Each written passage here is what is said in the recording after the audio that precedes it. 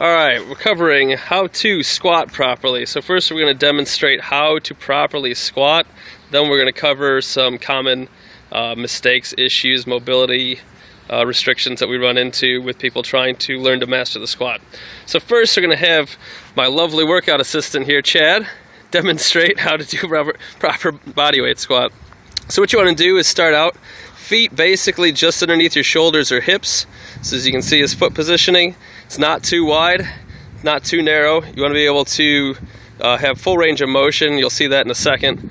And the next thing you want to do is make sure that you have your feet out just a slight angle. If you notice here at his feet, they're not straight forward, but they're also not way out either. What happens when you go super wide out like this, you end up losing a lot of power because you lose torque at the hip. So you want to have a slight angle to your feet, not a huge angle. Next thing you want to do, I'm going to spin around here. Another common mistake you see when people squat is they don't start with the hips. So what he's going to do is start with the hips back first, then drop down. I'm going to do that a couple times here.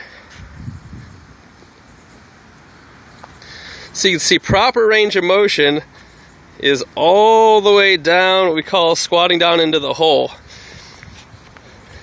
Now what we find a lot of times with people who have ankle mobility issues is that they'll go to squat, Chad, go ahead and squat, and then go to your toes as if your ankles or hamstrings are tight.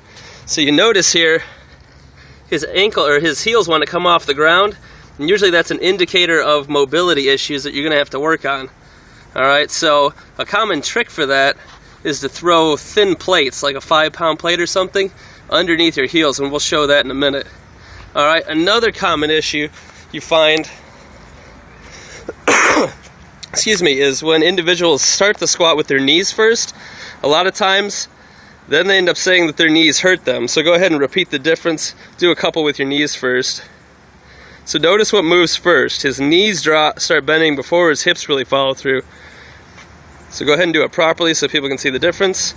Hips back, then the knees come. Alright?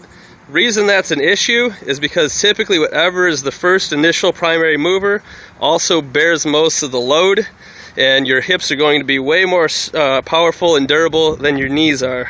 Alright? Alright, we'll do some different modifications and mobility issues here in the next clip.